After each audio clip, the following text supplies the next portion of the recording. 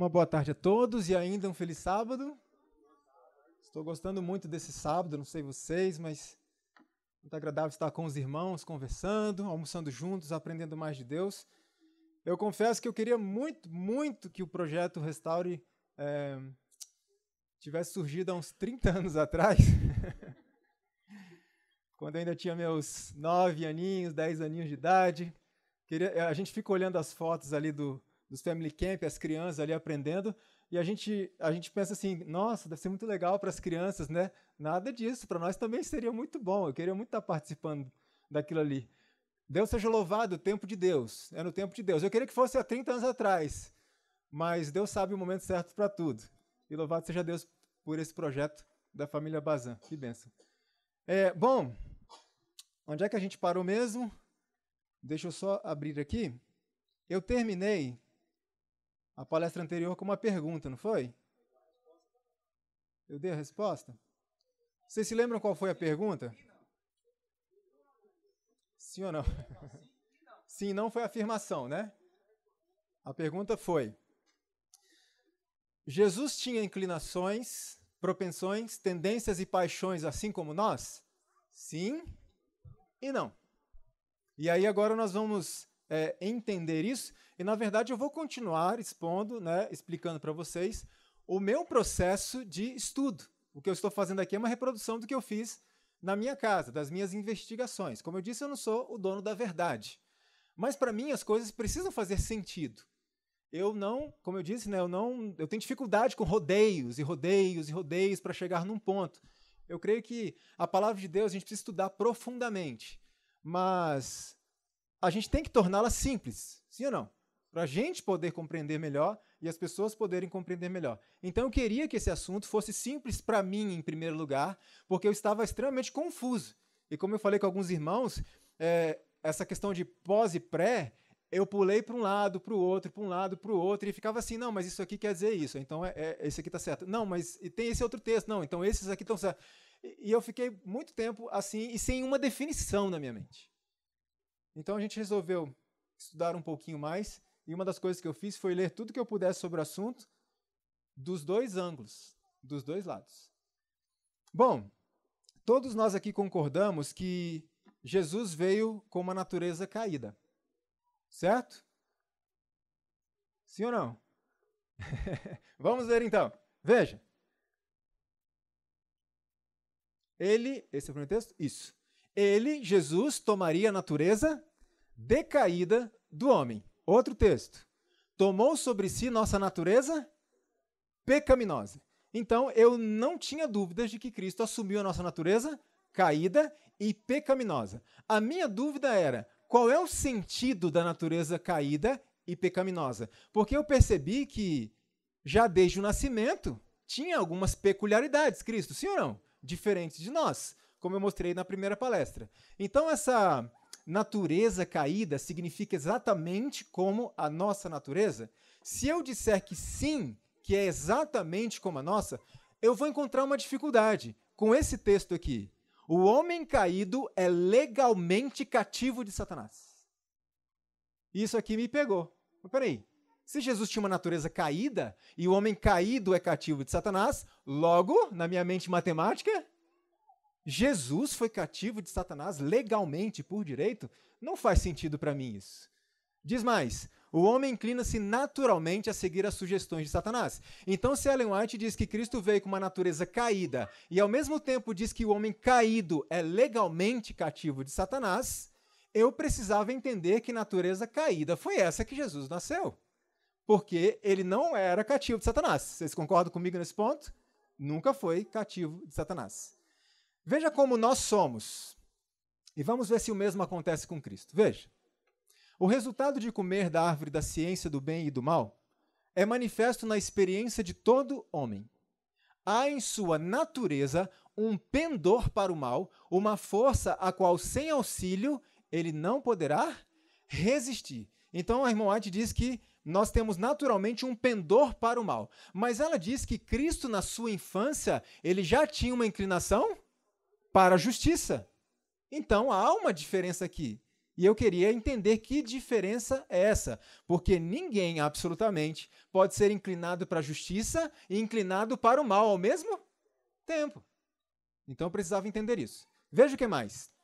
Muitos têm de lutar contra fortes tendências hereditárias para o mal.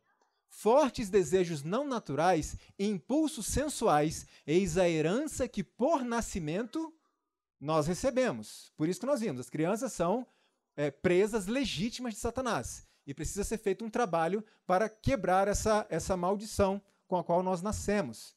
Então veja, Jesus recebeu impulsos sensuais como herança no nascimento? Eu pensando ali na minha mesa, nos meus estudos.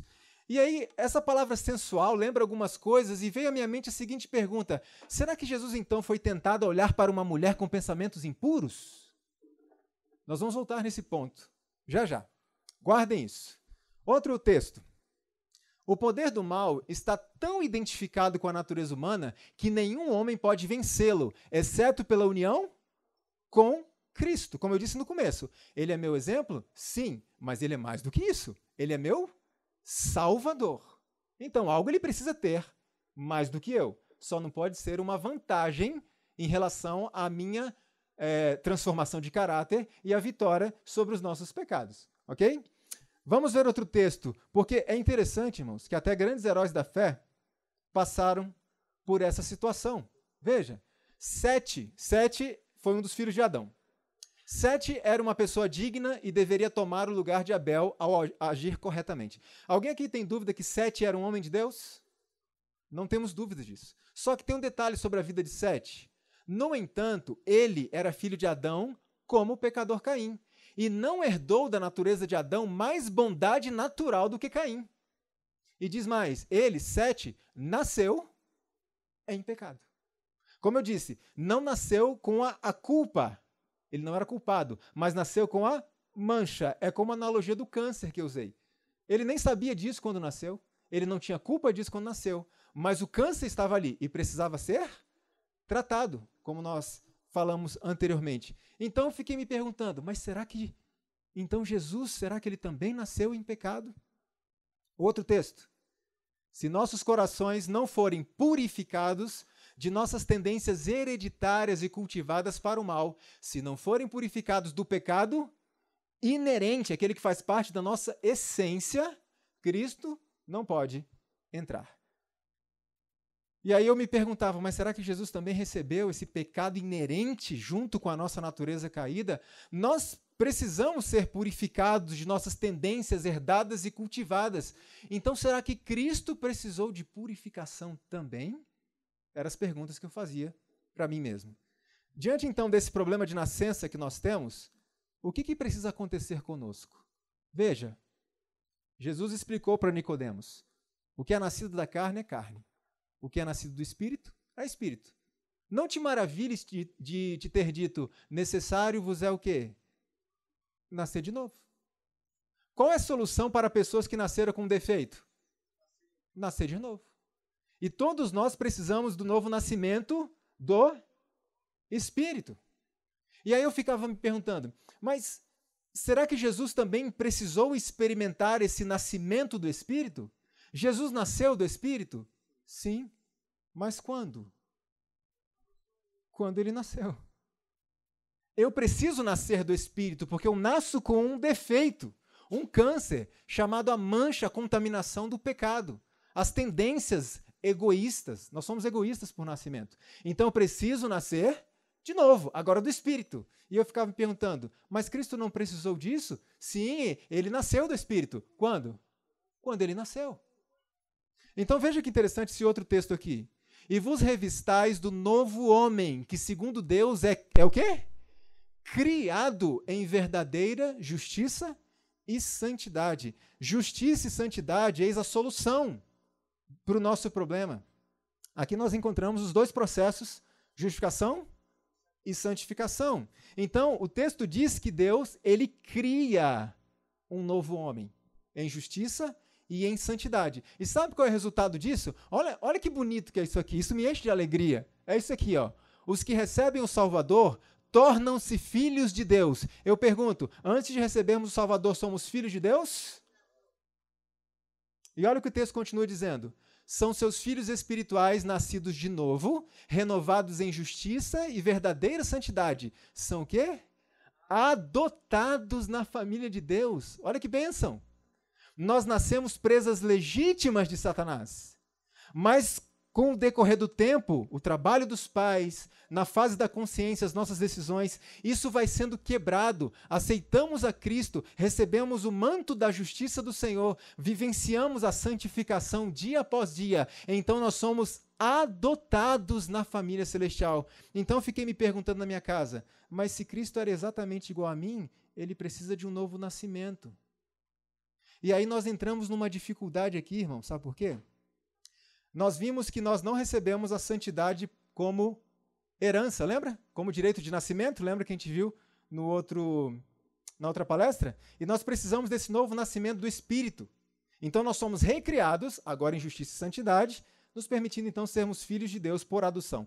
Se nós dissermos que Cristo nasceu com a natureza humana idêntica à nossa, sem nenhuma peculiaridade, com as mesmas inclinações para o mal, com a mesma mancha, com o mesmo câncer que nós nascemos, teremos necessariamente que admitir, primeiro, Jesus nasceu com esse defeito, chamado egoísmo, inclinações más. Segundo, logo, ele precisou nascer de novo. Terceiro, Jesus então experimentou um novo nascimento e se tornou filho de Deus por adoção. Então temos que admitir que a corrente do adocionismo está certa. Entendem as dificuldades que são criadas? Então Jesus nasceu com inclinações más, precisou do novo nascimento, foi recebido como filho de Deus por adoção. Aliás, quando foi que Jesus nasceu do Espírito? Nós vimos. Ora, o nascimento de Jesus Cristo foi assim, concebido do Espírito. Ele já veio ao mundo assim. Por isso o apóstolo Paulo escreveu o seguinte: Deus enviando o seu Filho em semelhança de carne do pecado. E nós já vimos que a palavra semelhança no grego, no original, significa apenas uma analogia básica e não uma cópia exata, ok? E Ellen White escreveu o seguinte: não o coloque diante do povo como um homem com tendências ao pecado. Por causa do pecado, sua posteridade, né, no caso de Adão, nasceu com propensões inerentes, faz parte da nossa essência para a desobediência. Mas, essa palavra mas diz alguma coisa para mim. Quando diz que a humanidade, os filhos de Adão nasceram com propensões inerentes à desobediência, mas, esse mas, para mim dizia o quê? Que vem um contraste aí. Exatamente. Então, nós nascemos assim, mas, aí vem o seguinte texto. Mas Jesus Cristo foi o Filho unigênito de Deus, ele assumiu a natureza humana e foi tentado em quantos pontos? Todos os pontos como a natureza humana é tentada. Ele poderia ter pecado, ele poderia ter caído, mas nem por um momento houve nele uma tendência para o mal. Jesus tinha tendências? Sim. Ele não tinha tendências para o mal. E nós já vamos entender isso. Se não tem tendência para o mal, como é que pode ser tentado? Da mesma forma que Adão foi tentado, sem tendências para o mal. E os anjos do céu também foram tentados, sem tendências para o mal. Nós vamos entender, eu repito o que eu disse anteriormente, para alguém ser tentado não precisa ter tendência para o mal, precisa ter tendências. E aí eu comecei a investigar, mas será que Jesus tinha tendências? E que tendências Jesus tinha? Essa aqui é a famosa carta Baker, que ela geralmente está no centro, né, desse debate que existe em relação à natureza de Cristo. Só que eu pensei numa coisa lendo essa carta. Porque eu, sendo sincero com os irmãos, eu questiono a mim mesmo. Eu falava até com a minha esposa, enquanto estudava o assunto, preparava a palestra.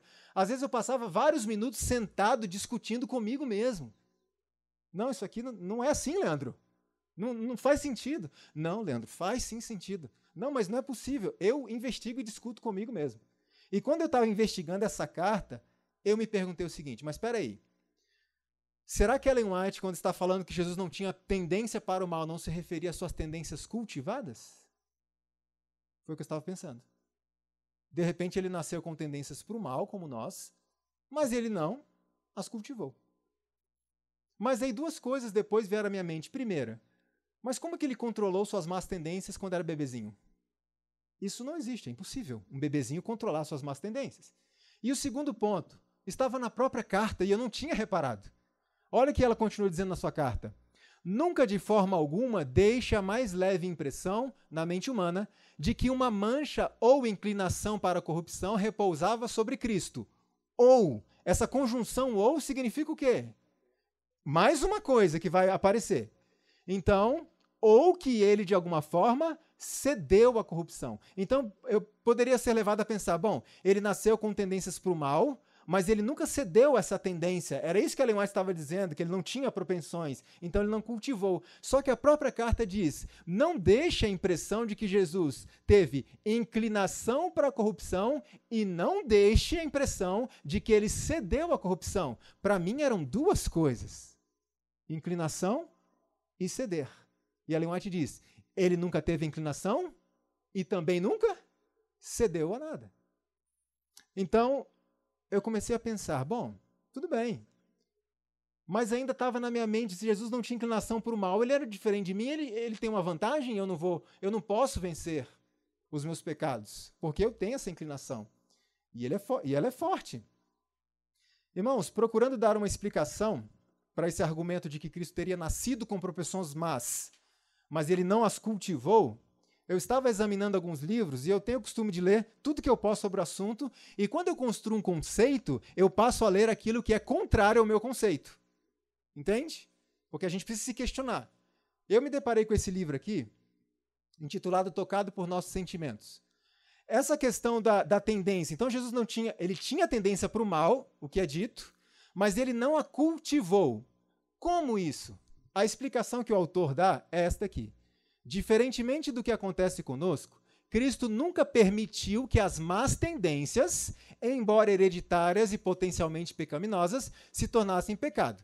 Veja então o que ele escreveu. Ele diz, Cristo, ele não permitiu que as más tendências que existiam nele se tornassem pecado. Tentação é pecado? Não. Então, esse que o autor diz.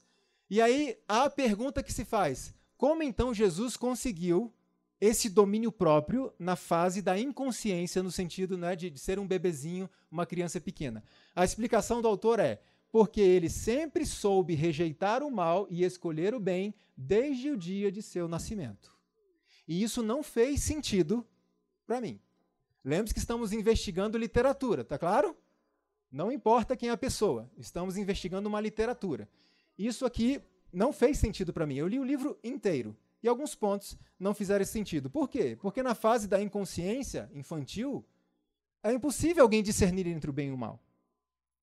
Um bebê não tem condições de fazer isso. E mesmo que tivesse, a gente viu na pesquisa científica, né, que disse que mesmo que tivesse, eles não têm poder de resistência a essas inclinações de agir de forma egoísta. Então vinha a pergunta na minha cabeça.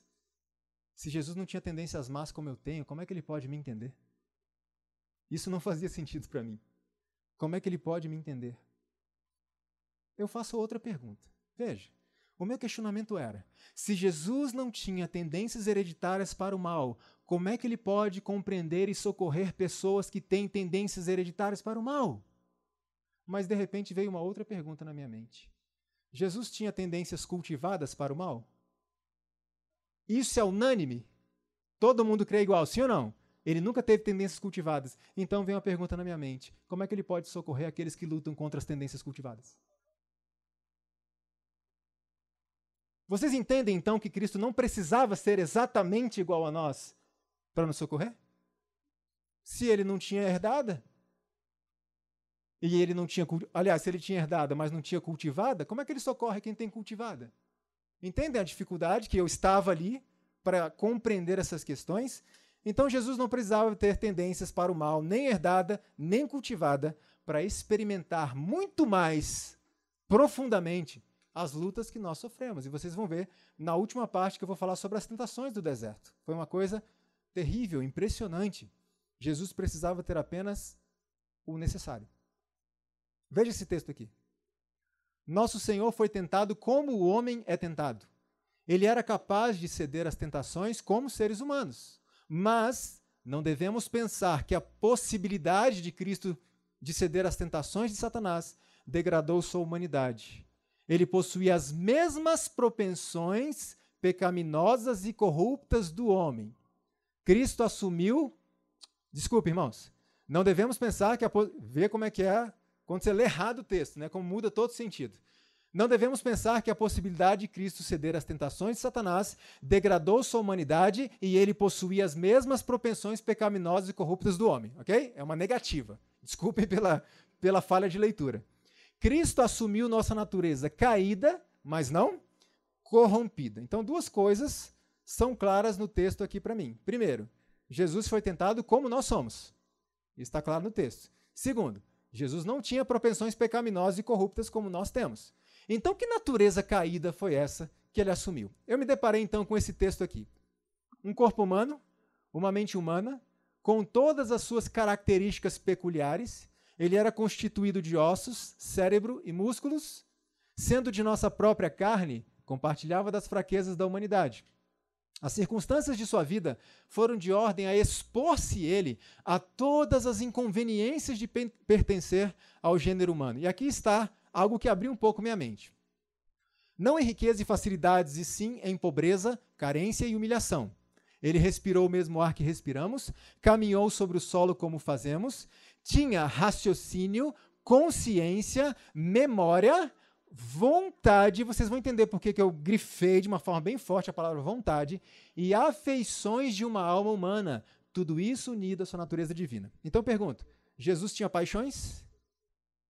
Sim, tinha paixões. Mas que tipo de paixão era essa? Então veja, para mim tinha ficado bem claro nos meus estudos. Jesus tinha inclinações? Sim. Tinha inclinações para o mal? Não. Tendências pecaminosas como nós? Não. Isso tinha ficado absolutamente claro para mim. Até que eu me deparei com um texto que complicou a minha vida mais ainda. E esse texto dizia assim: vindo como ele veio, como homem, com todas as tendências más das quais o homem é herdeiro. Quando eu me deparei com esse texto, ele derrubou tudo que eu tinha construído. Porque eu estava certo, Jesus não veio com tendências para o mal. E esse texto vem me dizer que Jesus veio com todas as tendências, mas, carta 303 de 1903. Eu pergunto, o que vocês acham que eu fiz com esse texto? Joguei debaixo do tapete? Não vou mexer nisso não. Eu já construí muita coisa até aqui, não vou derrubar tudo isso por causa de um texto. Pode ser que Ellen White não tenha sido inspirado por esse texto. Sabe essas ideias que muitas vezes a gente tem quando é confrontado com as nossas próprias ideias? Não, eu não posso fazer isso. Porque isso aqui, irmãos, não é uma guerra intelectual, como muitos estão demonstrando. Não, isso é uma busca pela verdade. Eu queria. E quando eu conversava com pré, eu queria verdade. Quando eu conversava com pós, eu queria verdade. Eu queria entender. E me vem esse texto. E eu tive que me questionar. Eu tenho plena convicção de que os escritos de Ellen White nunca se contradizem.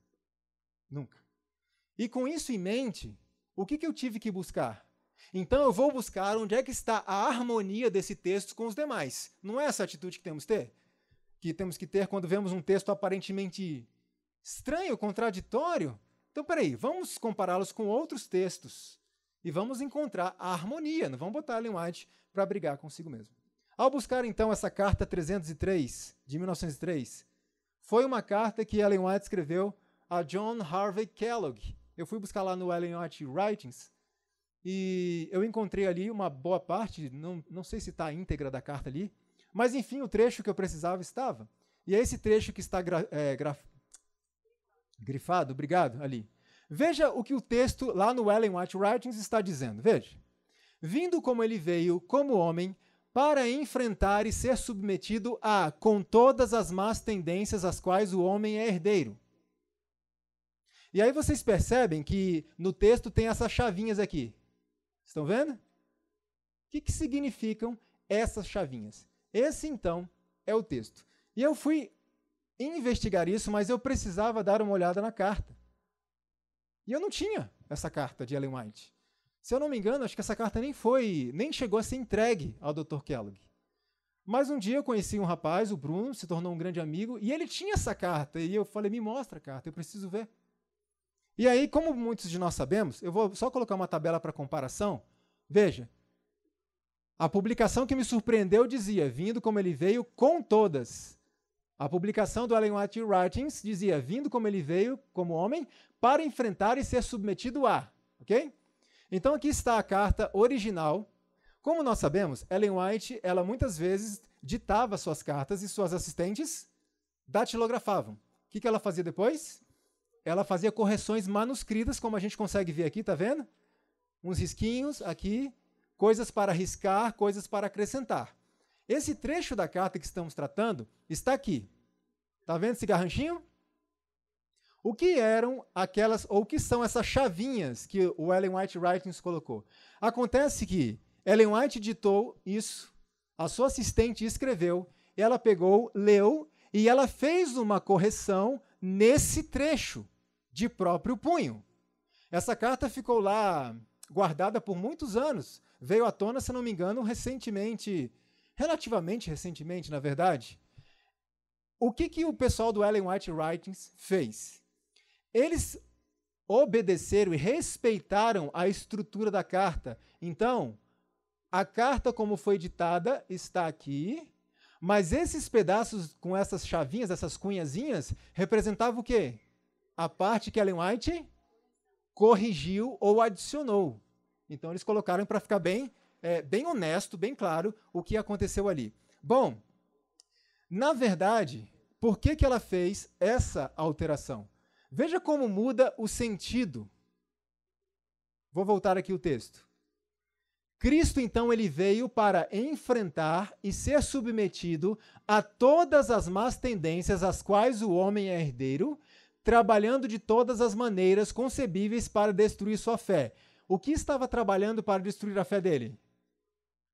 As tendências más, das quais o homem é herdeiro, ok? E diz mais, fazendo isso, ele tornou possível a si mesmo ser golpeado por agências humanas inspiradas por Satanás, o rebelde que havia sido expulso do céu.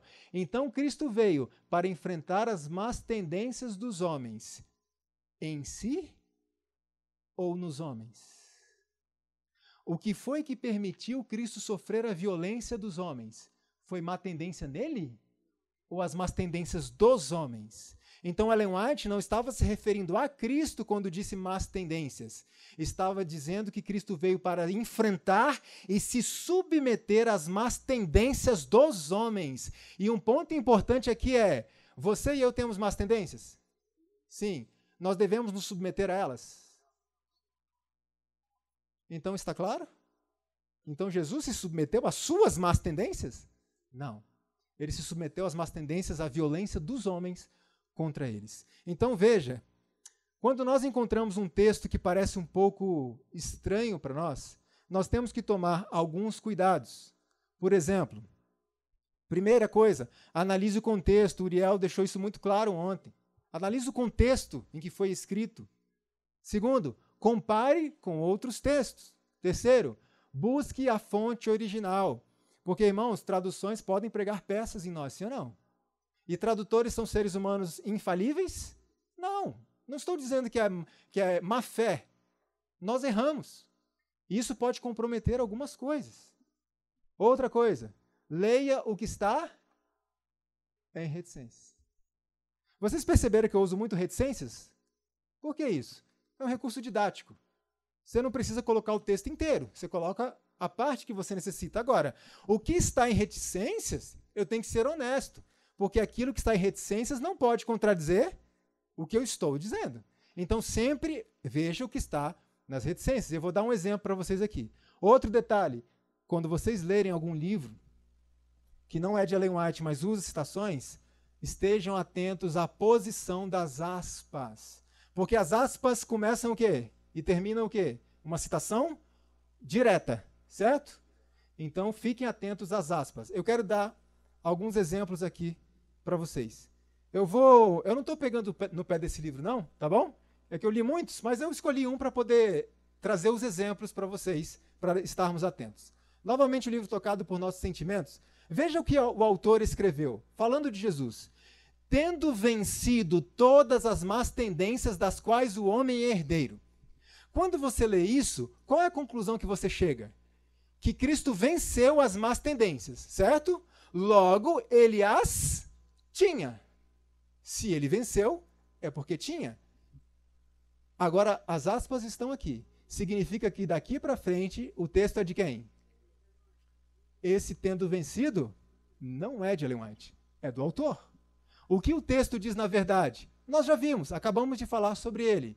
A título de comparação, desse modo, tendo vencido todas as más tendências. Ellen White, vindo como fez como homem, para enfrentar e estar sujeito a todas as más tendências.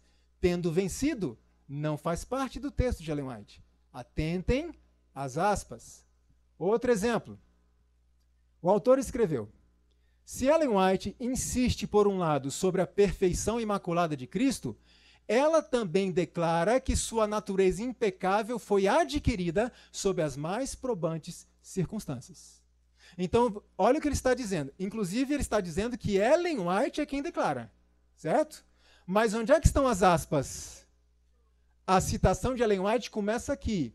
Então, quando você lê que Ellen White declara que a natureza impecável de Cristo foi adquirida, significa que antes ele não tinha, se ele adquiriu. Mas isso não são palavras de Ellen White, apesar do autor dizer que é. Então, a título de comparação, veja o que Ellen White escreveu. O primeiro Adão caiu, o segundo Adão se apegou a Deus e a sua palavra sob as mais probantes circunstâncias. Vamos comparar. No livro, Ellen White declara que sua natureza impecável foi adquirida sob circunstâncias probantes. Adão se apegou a Deus e sua palavra, o segundo Adão se apegou a Deus e sua palavra sob as mais probantes circunstâncias. Ellen White nunca disse que a natureza impecável foi adquirida. Então estejam atentos às aspas também. Veja o que é a citação de Ellen White, veja o que é a citação do autor, porque isso, irmãos, Ellen White declara algo que ela não declarou. Isso é gravíssimo. Isso é falta de respeito com a inspiração, colocar na boca da profetisa algo que ela nunca disse. Cuidado, temos que ter muito cuidado com isso. Bom, então ficou claro para mim de novo. Ok. Então Jesus não tinha tendências más, não tinha propensões para o pecado. E nós não precisamos atribuir a Cristo algo que ele não possuía só para que ele seja qualificado para ser o nosso Salvador. E vocês vão entender o que era necessário. Então me deparei com alguns escritos de dois pioneiros da igreja que são muito citados dentro desse contexto, que é Jones e Wagner. E eu li algumas coisas que eles escreveram e eu me deparei com a seguinte citação de Jones, numa conferência geral em 1895. Jones escreveu assim: portanto, em todas as coisas convinha que ele, Cristo, fosse feito semelhante a seus irmãos. Em como? Muitas coisas? Todas as coisas, ele diz. Então, em sua natureza humana, não há uma partícula de diferença entre ele e você. Essa era a mensagem que Jones pregava. Primeiro ponto, Jones não se atentou à palavra semelhante. Irmãos, não adianta querer fazer semelhante ser igual. Semelhante no português e no grego é semelhante, não é igual. Só que teve um detalhe. Quando Jones deu essa declaração na Conferência Geral de 1895, ele surpreendeu muitos delegados lá, pastores, que o confrontaram com a citação de Ellen White, que ela dizia, olha, não deixe as pessoas pensarem que Cristo tinha idênticas paixões. Ele foi confrontado com esse texto. Mais ou menos 6 dias ou uma semana depois, ele deu uma nova declaração. E ele disse, ele foi feito na semelhança da carne pecaminosa, não a semelhança de uma mente pecaminosa. Não arraste sua mente para isso. Sua carne era nossa carne, mas a mente era a mente de Cristo Jesus. Então o que Jones fez quando foi confrontado com o texto de Ellen White? Ele recuou. Ele recuou. Então, por que eu estou mostrando isso? Nós temos que estar atentos, irmãos, porque mesmo algo sendo dito por um dos nossos pioneiros, e Jones e Wagner, eles foram usados poderosamente por Deus? sim, para trazer uma mensagem poderosa à igreja, a mensagem da justificação pela fé, mas com exceção dos escritos inspirados de Ellen White, nenhum pioneiro da igreja é parâmetro para nós decidirmos algo. E nós temos que examinar tudo, todas as coisas. Então Jones, ele disse, não há uma partícula sequer de diferença entre Cristo e nós. Foi confrontado com o texto de Ellen White, e ele diz, não, eu quis dizer que Jesus, a mente dele era diferente da nossa. Então eu pergunto, onde é que as batalhas espirituais acontecem? Na mente. Então Jones, ele inconscientemente, ou não, invalidou o próprio argumento anterior e declarou que Cristo, sim, tinha uma diferença em relação a nós. Veja o que o apóstolo Paulo escreveu. E não sede conformados com este mundo, mas sede transformados pela renovação do vosso entendimento, outras versões, a renovação da vossa mente. Então temos que estar atentos a esses pontos também. Certa vez, Ellen White escreveu uma carta ao pastor Olsen, que na época que ela escreveu, era o presidente da Associação Geral. Olha o que ela escreveu para ele. O Senhor, em sua grande misericórdia, enviou uma mensagem preciosíssima a seu povo por meio dos pastores Wagner e Jones. Então, muitas pessoas tomam essa citação de Ellen White e diz, Ellen White corroborava as ideias de Jones e Wagner sobre a natureza humana de Cristo, que era, segundo eles, inclinada para o pecado. Agora eu pergunto, se eu ler essa carta completa, era de cristologia que ela estava falando? Não. Então eu desafio você a ler a carta inteira e você vai ver qual é a mensagem preciosíssima que Deus enviou ao seu povo por meio de Jones e Wagner. A mensagem da justiça pela fé no sangue expiatório de Cristo Jesus. Se Ellen White aprovasse a visão de Jones e Wagner sobre as tendências pecaminosas de Cristo, estaria contradizendo a si mesma. Então não era isso. E quando eu tomo esse texto para aprovar algo que esse texto não aprova, irmãos, é desonestidade. Então examinem todas as coisas. Qual que é o perigo quando nós nos apegamos muitas vezes à palavra de pioneiros? Eles devem ser considerados quando aquilo que eles diziam estava de acordo com a revelação do Senhor, ou pela Bíblia, ou pelos escritos de Ellen White. Se nós não tivermos esse cuidado, vamos enfrentar um problema. Em 1888, Ellen White já tinha escrito o seguinte, na Assembleia de Minneapolis, aliás, declarado. Algumas interpretações das escrituras dadas pelo Dr. Wagner não considero corretas. Então não é porque Wagner e Jones ou qualquer outra pessoa não inspirada disse que necessariamente esteja certo. Temos que examinar.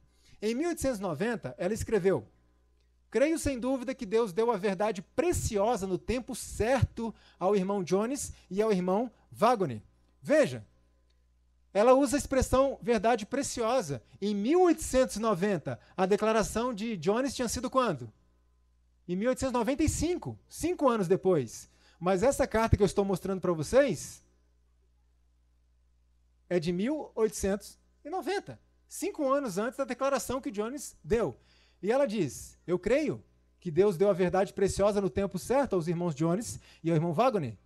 Devo considerá-los infalíveis?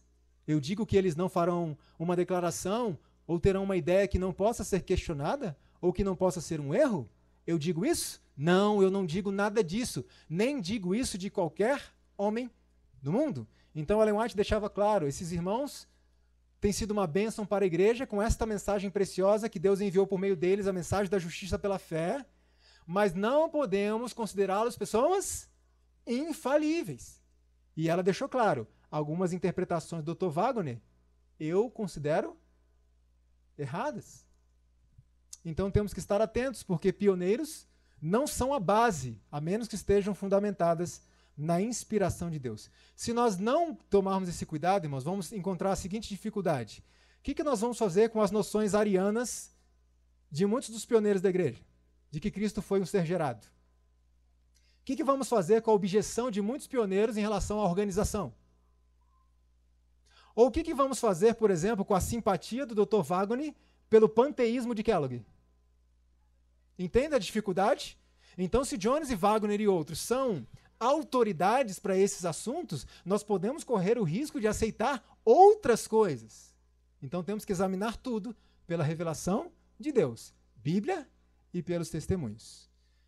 E o que dizer então desta carta que Ellen White escreveu, declarando o seguinte: no campo europeu, ele, Wagner, semeou sementes que darão frutos maus, levando alguns a se afastarem da fé e a darem ouvidos a espíritos enganadores, doutrinas de origem satânica.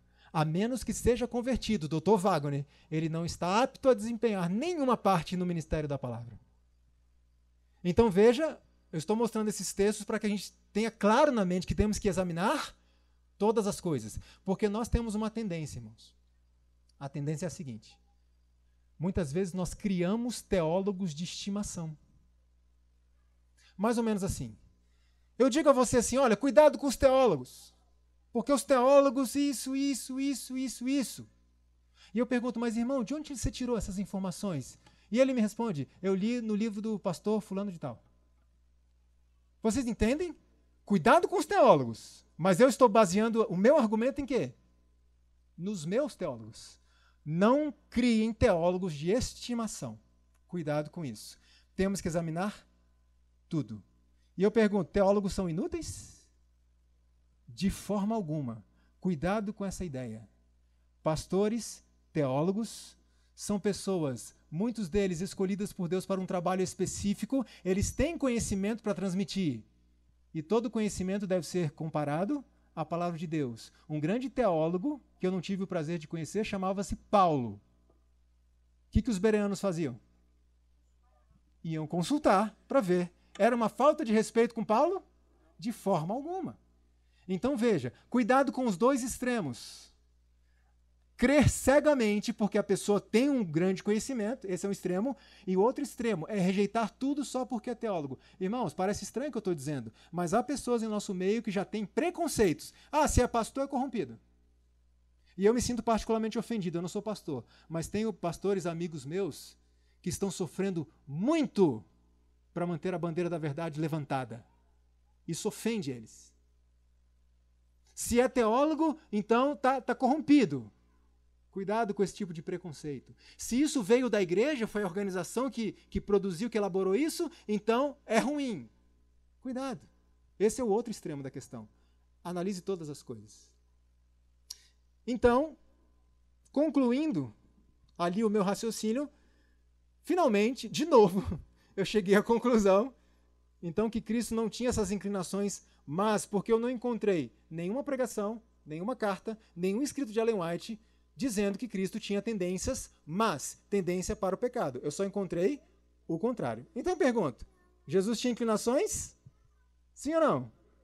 Sim. Inclinações más? Não. Então qualquer que seja o conceito que Ellen White tinha em mente quando escreveu da natureza caída de Cristo, isso não incluía o quê? Tendências para o mal, nem herdadas e nem cultivadas. Veja o que ela escreve mais. Era Jesus um poderoso solicitador, não possuindo as paixões de nossa natureza humana caída. Ele possuía as paixões da nossa natureza humana? Sim, mas não caída. Aqui que está a diferença. Olha que interessante o que foi dito a respeito de Elias, um grande homem de Deus, e que está vivo, certo? Veja o que foi dito dele na palavra de Deus. Elias era um homem sujeito às mesmas paixões que nós. Então Ellen White comenta o seguinte, foi-me então chamada a atenção para Elias, ele era sujeito a paixões idênticas às nossas. Então ela vai falar de Cristo. E ela diz, ele é nosso exemplo em tudo, é um irmão em nossas fraquezas, mas não em possuir idênticas paixões. A título de comparação, Elias, paixões idênticas. Jesus, paixões idênticas? Não. Como assim? Para a gente poder entender isso, vamos a um texto bíblico. Deus enviando o seu Filho em semelhança de carne do pecado. Já vimos que a palavra semelhança, no grego original, significa uma analogia e não uma cópia exata. Já vimos que podemos usar também o texto que diz que a morte e a ressurreição de Cristo, a nossa vai ser o quê? Igual? Semelhante à sua morte e ressurreição. Então, eu comecei a pensar no seguinte. Cristo não tinha essas tendências más. E um dia, conversando com um jovem a respeito disso, ele me disse, Leandro, sim, Cristo tinha essas tendências más. E lembre-se, irmãos, são pessoas sinceras, muitas delas. Mas existem pessoas que não são sinceras dos dois lados, sim ou não? Mas há pessoas sinceras. Eu estava conversando com um rapaz. E eu perguntei o seguinte para ele: amigo, Cristo então tinha inclinações, por exemplo, à sensualidade? Ele teve que resistir à tentação de olhar para uma mulher com pensamento impuro? Ele me respondeu um claro sim. E me disse: é por isso que Jesus tem condição de ajudar os homens que têm essa inclinação de olhar para mulheres com pensamento impuro. Então eu fui além na pergunta que eu fiz para ele. E eu disse: então me responda uma coisa. Jesus foi tentado e teve que resistir a inclinações de olhar para um homem com pensamento impuro? Jesus teve que resistir às inclinações e às tentações de olhar para uma criança com pensamento impuro? Ele me disse: não, irmão, peraí, calma, não é assim também não. E eu disse: mas como, irmão? Como é que ele vai entender o homossexual? Como é que ele vai entender o pedófilo? Vocês entendem qual é o perigo? Nós colocamos Cristo como tendo as mesmas inclinações ruins, minhas. As minhas ele tem que ter. Como é que ele entende o homossexual? Se ele não teve essa inclinação. Será que Cristo teve que resistir à inclinação de roubar alguma coisa? Ou então, uma pergunta simples: Jesus casou? Teve filhos? Como é que ele entende as mães? Como é que ele entende os pais? Como é que entende os cônjuges nas suas batalhas se ele não teve nada disso? E a gente começa a entrar em dificuldades. Porque queremos colocar Cristo como tendo todas as tendências malditas que nós temos. Agora tem um detalhe que me chamou a atenção aqui. Nós podemos chegar, irmãos, a um nível baixo demais. Quando queremos trazer Jesus e definir sua natureza humana, tendo como modelo quem? Nós, eu. Olha que nível baixo a gente chega. Preste atenção nisso aqui. Imagine que eu estou andando numa rua deserta, completamente deserta. Mais uma analogia, eu gosto muito. E eu me deparo com um carro lindo como esse. Só que eu percebo uma coisa. A rua está deserta, não tem ninguém. E o carro está com o vidro aberto. E a chave está na ignição. Você teria uma inclinação, uma tentação de roubar aquele carro? Na hora, irmão falou. Veja, irmãos, particularmente, eu não teria essa tendência de entrar no carro, roubar o carro de alguém. Olha só outro detalhe. Eu estou andando pelo centro de São Paulo, ali pelo Vale do Anhangabaú, e eu me deparo com um grupo de pessoas fumando crack. Eu pergunto, quando você olha aquelas pessoas fumando crack, você é tentado a ter que resistir à inclinação de ir lá e me dar um pouquinho e fumar crack com elas? Você tem? Eu também não tenho. Então, peraí, você tem vantagem em relação aos outros seres humanos? E você vai me dizer assim: Leandro, claro que não. Eu não tenho inclinação para isso. Mas eu tenho outras inclinações que são tão fortes como eles têm para aquele crackzinho e para roubar um carro. Olha o nível baixo que nós colocamos Cristo.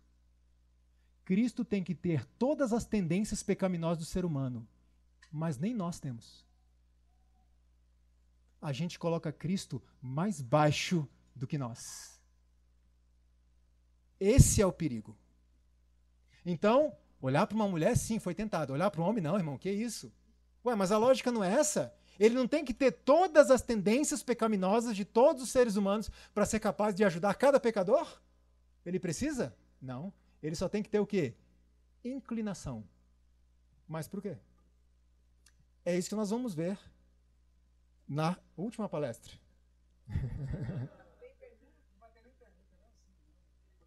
Não, dessa vez não. Então veja, para nós concluirmos aqui. Já estou no meu tempo. A Bíblia responde. E a Bíblia confirma isso que eu estou dizendo. Veja. Mas cada um é tentado quando atraído e engodado pelo quê? Pela sua própria concupiscência. Cada um é tentado por aquilo que é tentação para si. Tem coisas que tentam você, que não me tentam. Tem coisas que me tentam e não tentam você. Tem gente que iria enlouquecer para entrar naquele carro e sair dirigindo e levar embora. Isso não é tentação para mim. Tem gente aí que, se ver alguém usando crack, enlouquece, ele quer também. Mas isso não é para nós. Então a Bíblia diz que cada um é tentado pela sua própria concupiscência, aquilo que tenta a si. E aí eu pergunto uma coisa importante. E Jesus teve concupiscências? Porque ele foi tentado. Ele teve concupiscências? Sim ou não? Teve ou não teve? Vamos ver se Jesus teve? Vamos para o grego.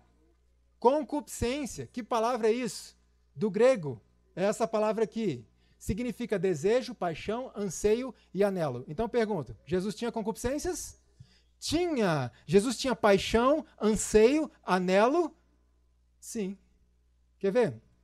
Vou dar um exemplo aqui. A minha mãe, ela é aposentada, depois de mais de 35 anos dando aula na escola adventista. A minha mãe tinha paixão por lecionar. Isso é uma concupiscência? Uma inclinação? Sim.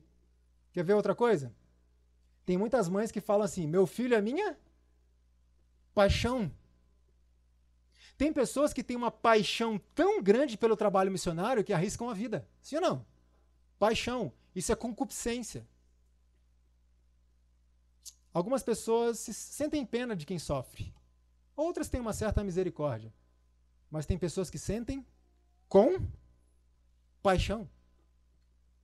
Portanto, nós podemos ter concupiscências, propensões, inclinações, tendências e paixões por coisas ruins e por coisas boas. Então, Cristo tinha concupiscências também? Sim. Querem ver só? A mesma palavra concupiscência que a gente viu sendo usada em outro texto referindo-se a Cristo. Ele dizendo assim, olha, e disse-lhes, desejei muito comer convosco esta Páscoa antes que padeça. Essa palavra é a mesma traduzida por concupiscência e cobiça. Por isso eu gosto de trabalhar os conceitos das palavras, para a gente entender o que o texto está dizendo. Então há concupiscências boas e concupiscências ruins. Agora eu pergunto, as concupiscências boas, as paixões boas, precisam ser refreadas? Quer ver o exemplo da minha mãe? Minha mãe sempre teve paixão por lecionar. Mas minha mãe teve que resistir à inclinação de dar aula de manhã, de tarde e de noite. Porque não fazia bem para a saúde dela. Então, mesmo as coisas boas, a gente tem que ir. A Morte diz que Adão, lá no Éden, ele tinha suas paixões sob o domínio da razão. Eu fiquei assim, ué, mas se não tinha paixão carnal, por que tinha que dominar? Porque boas paixões também têm que ser dominadas. Tudo que é demais, alguns dizem, faz mal, né? Nem tudo. Mas veja, então podemos sim ter concupiscências, tendências, inclinações, propensões. Então, para nós fecharmos, Cristo tinha tendências, inclinações, propensões e paixões? Sim. Concupiscências? Sim. Teve paixões com a mesma intensidade que nós temos? Com toda certeza. Porém, a pergunta é, teve paixão pelo quê? E é isso que o diferencia. As paixões, a mesma. A intensidade das paixões, a mesma. Mas o objeto, diferente. É isso que nos diferencia. E vocês vão ver que não foi uma vantagem isso para ele. Justamente por não ter tendências para o pecado, é que ele foi muito mais tentado do que qualquer ser humano um dia será chamado a ser. Como é que a gente vai compreender isso então? A gente tem que ir lá para o deserto para analisar as tentações, as 3 tentações que Cristo sofreu. E isso nós faremos na última palestra. Curva a sua fronte, vamos falar com o Senhor. Querido meu Pai que está nos céus, nós te agradecemos porque o céu providenciou socorro para nós. Obrigado, Senhor, porque nós sabemos que Satanás não esperava por isso. Ele foi surpreendido por essa grande condescendência do céu de oferecer o melhor que tinha. Senhor, a tua serva nos revela que Satanás estremeceu porque ele viu em Cristo vindo à terra um oponente à altura. Aliás, não à altura, muito superior a ele. E ele tremeu.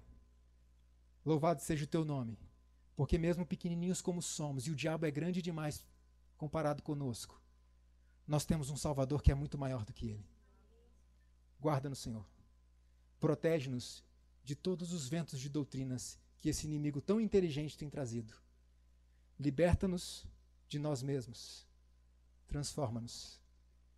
Continue conosco durante todo esse congresso, que teus anjos estejam aqui, teu Espírito esteja aqui, permaneça aqui conosco. Nós pedimos e agradecemos em nome de Jesus. Amém.